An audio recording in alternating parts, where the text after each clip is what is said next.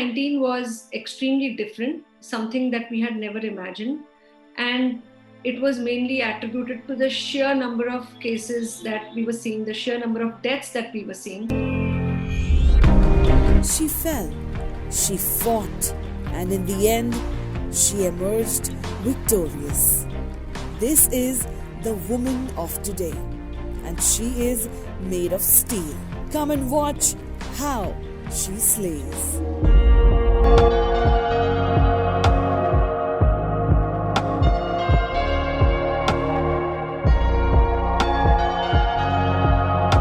Hi, I'm Trupti Gilada, and I'm an infectious disease physician at Masina Hospital, Prince Ali Khan Hospital, and Unison Medicare and Research Center in Mumbai. And besides being an infectious disease physician, I'm a mother of 2 little kids. Around March, when we really had to start our COVID wards in the hospital that we were working at, I was already pregnant.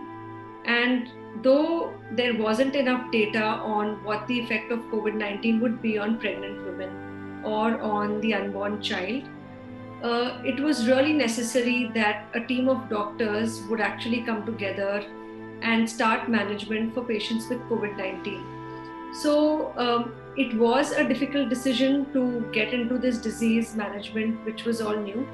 But having said that, I think as doctors, we've just learned to keep aside our personal interests sometimes for the larger good. And it was just one of those moments. And then I had to never look back. Even though during pregnancies, there were moments of exhaustion, especially because we were in these PPE suits for 4 or 6 hours straight without water or without meals. And it's extremely warm inside the PPE suit.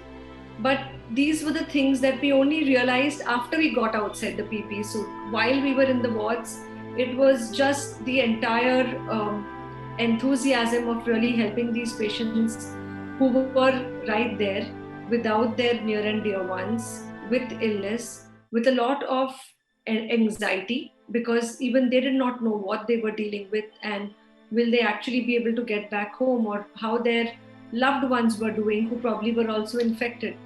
So it was just the joy of seeing patients improve, while there were a lot of moments of losing a patient, but overall we were always able to send more patients back home. And I think those smiling faces and the calls from the relatives and the blessings that we received from them, I think those are the things that actually just keep us going.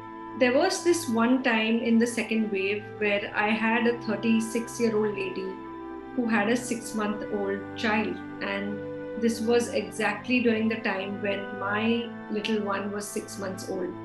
So every time I saw that lady, it just made me realize how vulnerable each one of us was to this virus, and anyone could have been in that bed where she was struggling and fighting against the disease with that little 6-month-old at home without her mother, and probably not even understanding what was happening, why she hadn't seen her mother for such a long time. And there are always these moments where we do develop some emotional connect with the patient. We don't often express it. It's not something that is discussed, but we've all experienced these things even in the past.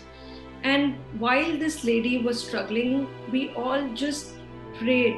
We always pray for our patients, but especially for this one, it just seemed so close to my heart because I just felt bad for her and for her child.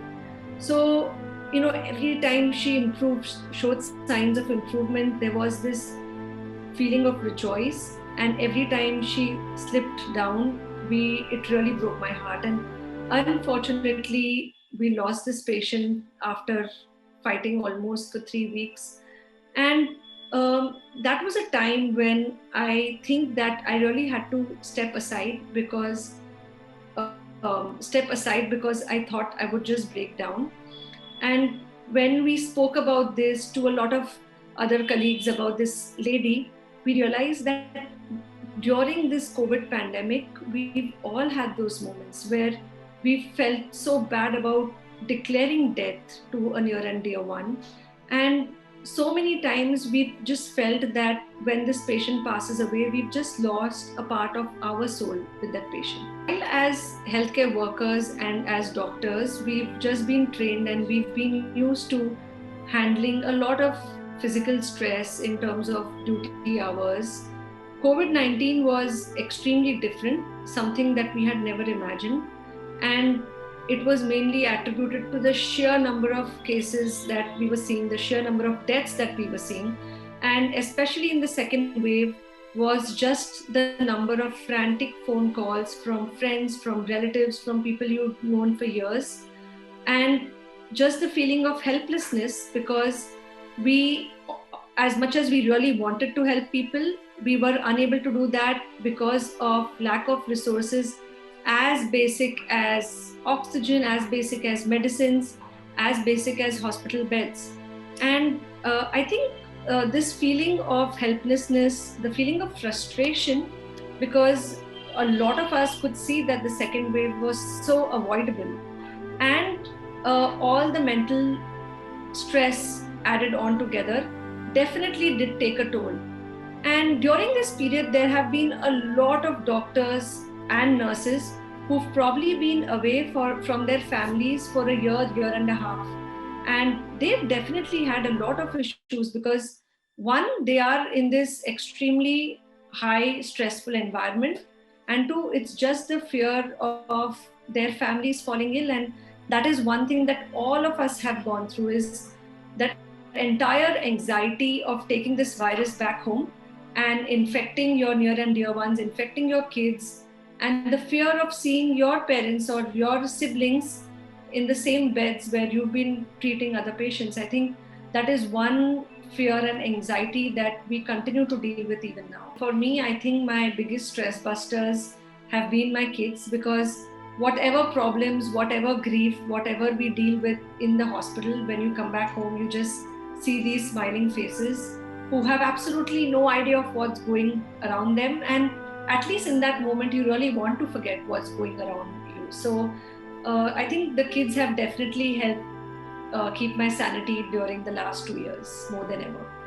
The one message that I really wanted to give all the users is that we really should try very hard to not put to waste all the lives that we lost in the second wave.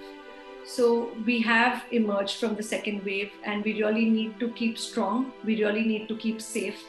We have the vaccine, we have the masks, and we have each other. And we just need to hold on to each other and take the vaccines and keep yourself safe until we say the end of this pandemic.